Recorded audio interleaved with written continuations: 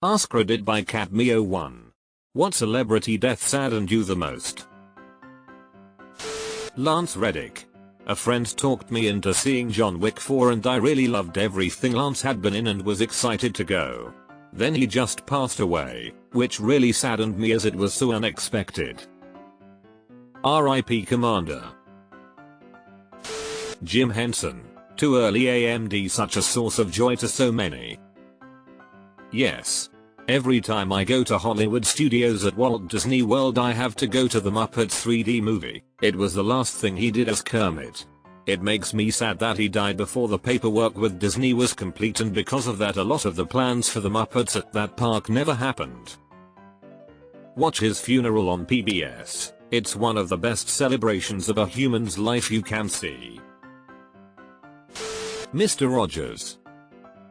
It was pouring rain that morning and I stopped to grab breakfast before a looming nightmare commute to work. Right as I was about to pull the key out of the ignition, I heard them say on the radio that he'd passed and just sat there in my car, sobbing.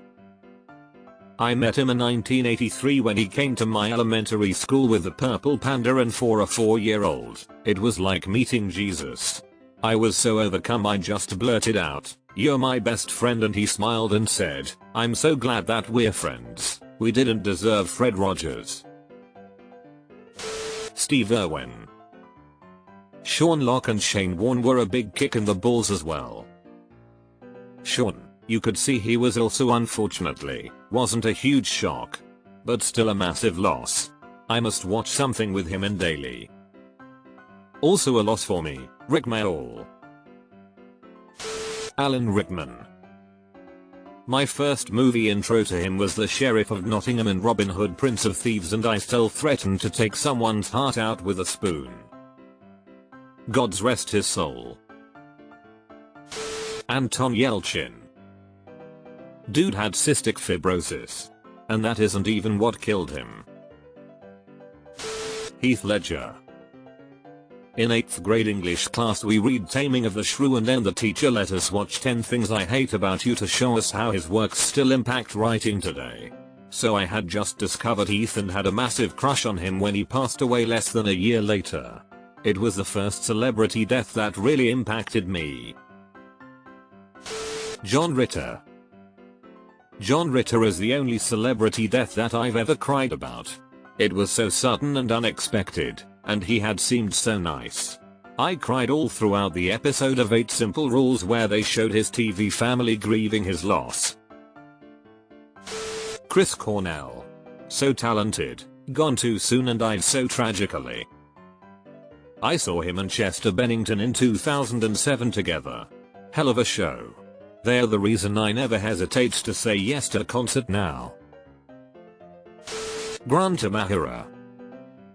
His death was so random and unexpected I genuinely didn't believe he died. For a couple days after it happened I was silently convinced it was an internet prank. Watching the videos of Adam Savage touring his workshop was really hard too. Sir Terry Pratchett. He and his works both made the world a better, more interesting place. Terry Pratchett is and always will be my favorite author. He could make me laugh and cry in the same sentence. Even now, years later, when I reread his books I find references or subtleties I missed the last time. He died towards the end of my pregnancy with my youngest. It was a horrible, very traumatic pregnancy and very dark time for me. His death made it worse, especially as his books always brought comfort. It has been several years since then and I still cannot bring myself to read the last book as I am still not ready for it to be over. Norm. I didn't even know he was sick. Chris Farley. Nothing like crying in front of your Christmas tree. Watched Chris Rock talk about his death on the Howard Stern show, from like 15 years ago or something.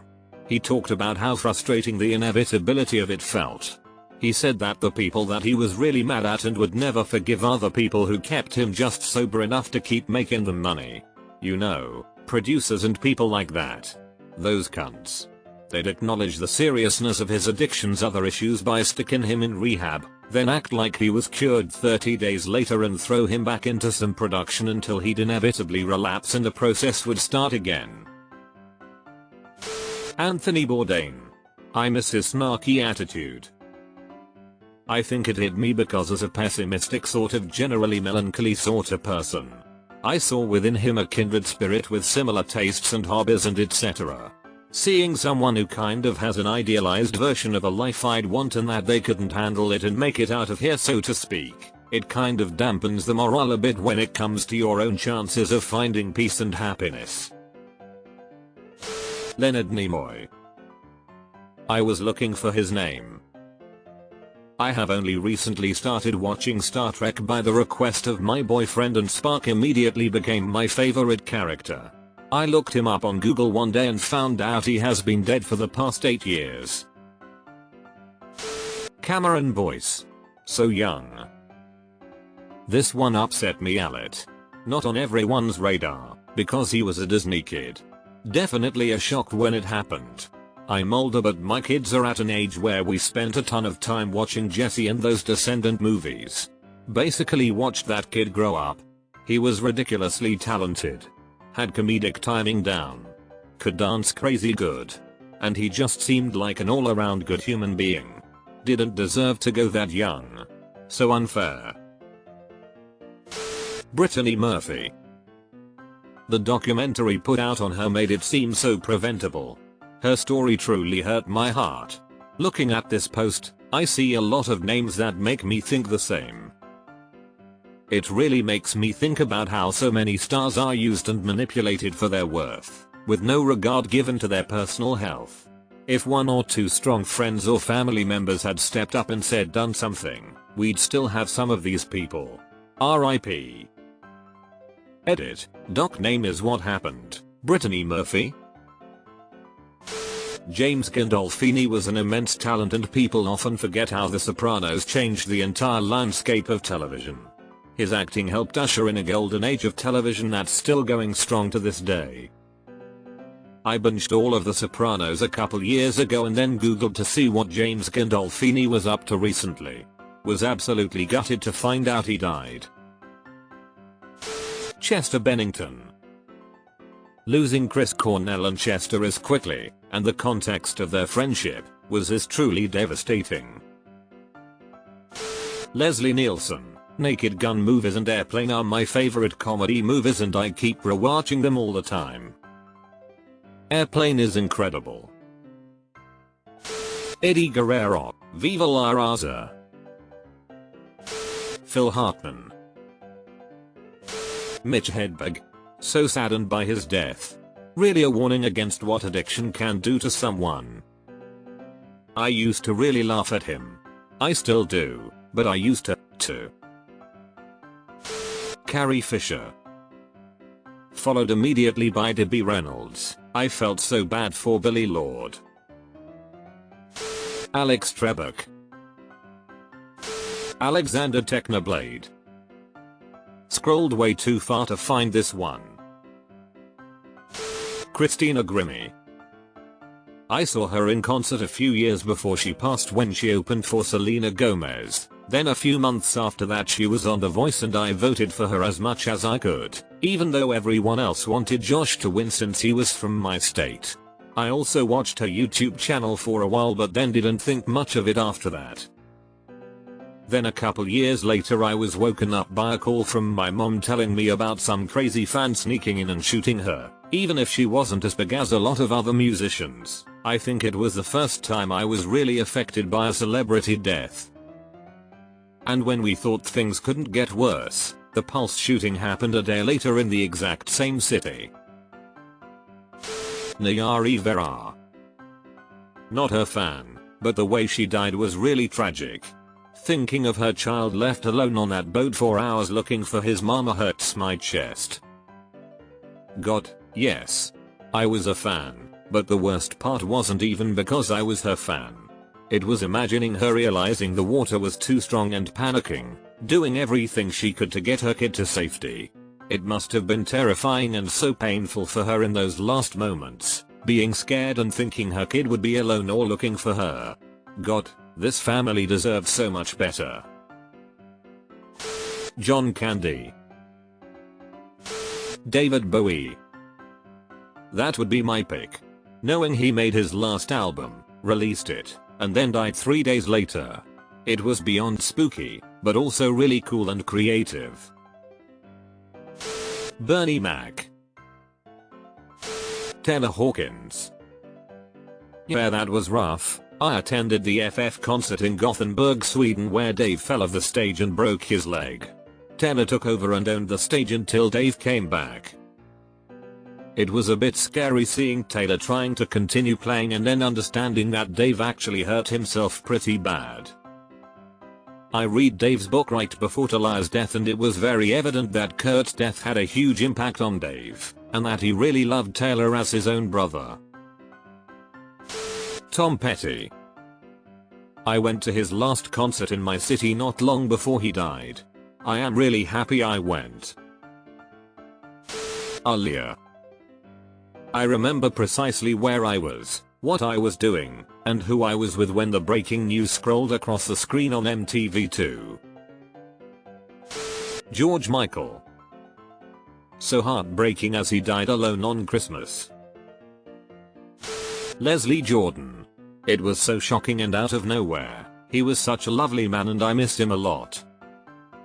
Oh god. This one hit me hard too. During the pandemic, my neighbor and I spent every day together. She has a trail behind her house and we'd walk it, stop at the part that she calls 3 trees, and we'd sit with our backs up against the trees and check in with Leslie. He brought us so much joy during such a dark time. Hearing that he'd suddenly passed made me feel like I'd been hit by a truck. I still miss him. MCA. Philip Seymour Hoffman. Selena Quintanilla Perez. Dolores O'Riordan. R.I.P. Waited in line outside a shopping center, JCPenney, to buy tickets. We were first in line but had to snake through the store to their customer service center at the back of the store once the doors opened at the time of tickets going on sale. We ran back and made the first purchase. Row E? Damn. Thought we were going to be closer than that. We showed up and find our seats only to learn that rows ADR speakers. We snagged front row tickets. And during the concert Dolores came out and danced on the speakers while singing Linger. Top 5 memory. Eater, 2 words. Chadwick Boseman. R.I.P. Black Panther. He was just a year older than me and died from cancer just a few days before I had my cancer surgery. That one hit hard. Wakanda forever. Mac Miller. Gone too soon. I still get sad when his songs come on. IDK if it was cause we were so close in age. He got famous while I was in high school and everybody would play his mixtapes and albums, and as I got older my taste for music changed, but so did Mac Miller's. It was incredible realizing how much he evolved and the quality of music he was putting out. One of the best of his generation and gone too soon. Neil Peart, the drummer lyricist of Rush. Eddie Van Halen. He provided the soundtrack to my teens and 20s. Gilda Radner and Eros Nadana. George Carlin. The world could really use him right now. He'd be so absolutely disgusted with the current state of things. Disgusted, and inspired to write. Whitney Houston. This one hit me so hard. I always believed that she would turn it around and live her best life. Then when her daughter died almost the same way, it was too sad for words. John Denver. As a kid, I spent many hours singing along to his albums on the 8-track in my dad's car. Patrick Swayze. Carrie Fisher. I was gutted